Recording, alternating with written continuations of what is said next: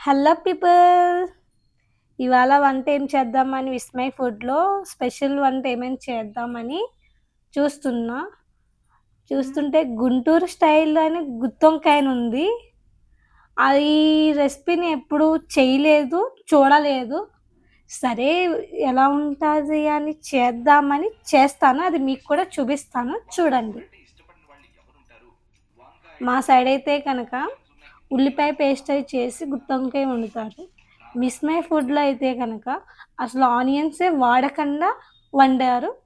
సరే, అది ఎలా ఉంటుంది అన్నట్టుగా ఇంకా మనం కూడా ట్రై చేద్దామని చేస్తాను. అది మీకు చూపిస్తాను, చూడండి. విస్మయ్ ఫుడ్లో చూసినట్టు అన్నీ రెడీ చేసుకున్నాను. గుత్తొంకాయకి కావాల్సినవి: వంకాయ, గుళ్ళు, ఎండుమిరపకాయలు, ఎండి కొబ్బరికాయ, ధనియాలు, జీలకర్ర, లవంగాలు, గసగసాలు, దాల్చిన చెక్క, చింతపండు, నువ్వులు. స్టార్టింగ్ గుళ్ళు వేపుకుని తర్వాత మసాలాలన్నీ వేపుకుని మిక్సీ పట్టడం అది మీకు చూపిస్తాను. నేను గుళ్ళు వేసి వేపుతున్నా, చూడండి.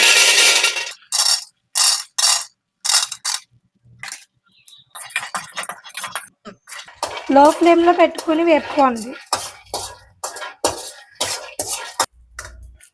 ఇవి వేగిపోయినాయి. ఇప్పుడు తీసేసి పక్కన పెట్టుకుంటాను.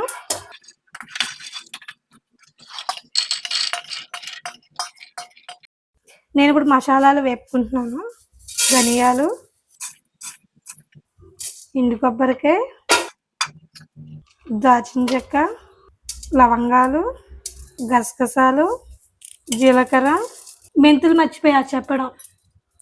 ఇవి ఇప్పుడు మెంతులు కూడా వేసుకోండి. ఇది బాగా వేగాక మధ్యలో సువాసన వస్తుంది. తర్వాత దీంట్లో నువ్వులు వేసుకుని అది చిటపటలు ఆడాక తీసేసుకోండి. నువ్వులు వేస్తున్నా, చూడండి. నువ్వులు ఇది ఇలా చిటపటలు ఆడుతున్నాయి కదా, ఇప్పుడు ఆపేద్దాం. పైకి ఎగురుతున్నాయి, చూసారా? ఇప్పుడు ఇది ఒక ప్లేట్లోకి తీసుకుంటున్నాం. తీసుకున్నాక ఇది చల్లారి పెట్టుకుని మిక్సీ పట్టండి. ఇప్పుడు ఎండుమిరపకాయలు వేసుకుందాం. వేసుకుని వేపుకుందాం. సో మసాలాలన్నీ పౌడర్ చేసేస్తాం ఇలాగా. దీంట్లో ఇప్పుడు సాల్ట్ వేసి కలుపుదాం. ఉప్పు వేసి కలిపేసాం కదా. ఇప్పుడు వంకాయలను కూడా కోసేద్దాం. కోసేసి వంకాయలు పౌడర్ పెట్టడం చూపిస్తాం మీకు. కాడని మొత్తం కొయ్యకండి, సగం కొయ్యండి. సో ఘాట్లు ఇలా పెట్టుకోండి. దీంట్లో కూడా ఏమైనా పుచ్చుందేమో కనిపిస్తుంది, చూసుకోండి. నేను వాటర్లో ముందుగా సాల్ట్ వేసేసుకున్నా. సాల్ట్ వేసుకుంటే వంకాయ నల్లగా రాదు. ఓకేనా? మీరు కూడా అలాగే చెయ్యండి. వంకాయలన్నీ ఇలా వేసేసుకున్న తర్వాత మీకు ఒక వంకాయ చూపిస్తానండి. ఇటు లవ్ సింబల్ వచ్చింది, చూసారా వంకాయ? దీంతో మా హస్బెండ్కి ప్రపోజ్ చేస్తా ఇప్పుడు. ఏమండి, ఇప్పుడు మన వంకాయలన్నీ కటింగ్ అయిపోయినాయి కదా. మనం మిక్సీలో పట్టుకున్న మసాలా దీంట్లో పెడతాను, చూడండి. ఇలా ఇలా పెట్టుకోవాలి.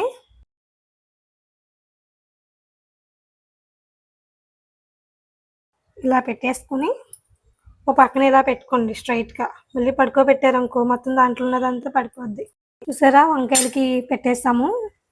పెట్టేసాక ఇది మసాలా ఇది మిగిలింది. ఇది కర్రీలో వేసేద్దాం.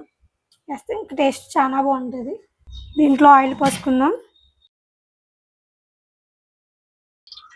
ఆయిల్ కొంచెం ఎక్కువే ఉండాలి దీంట్లోని, ఎందుకంటే వంకాయలు స్టార్టింగ్ చెప్తాం కదా, అది మీకు చూపిస్తానులే నేను.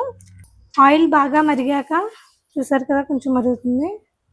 కొంచెం ఆవాలు చిట్టపట్టలు ఆడాక ఇప్పుడు కొంచెం జీలకర్ర, కరివేపాకు వేసుకొని ఒక్కసారి వేపుకోండి. చూసారు కదా ఎలా వేగుతున్నాయో. ఇప్పుడు మనం వంకాయల్ని ఒక్కొక్కటి పెట్టేసుకున్నాం. ఇలా పెట్టేసుకున్నాక నా రసంలో వంకాయ మధ్యలో వేస్తున్నా, చూడండి. ఇది బాగా మగ్గాక చింతపండు పులుసు వేసుకుందాం మనం.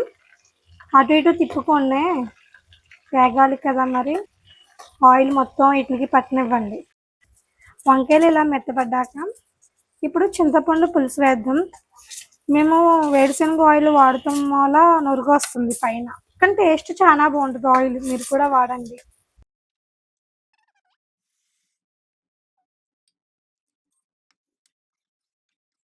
ఇది మరిగినాక మిగిలిన మసాలా ఉంది కదా, అది దీంట్లో వేసేసి కలుపుదాము.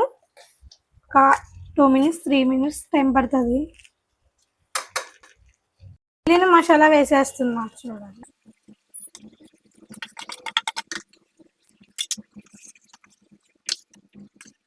మసాలాలన్నీ వేసేసాం కదా, ఇది అలా మూత పెట్టేసి మగ్గనిద్దాం. ఆటోమేటిక్గా గ్రేవీ అదే వచ్చేస్తుంది. చూసారా ఎంత గ్రేవీ వచ్చిందో.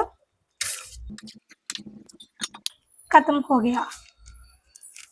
ఫైనల్గా మన కర్రీ రెడీ అయిపోయింది. దింపేసే ముందు కొంచెం కొత్తిమీర వేద్దాం. కొత్తిమీర వేసేసి గార్నిష్ చేసేసి దింపేద్దాం.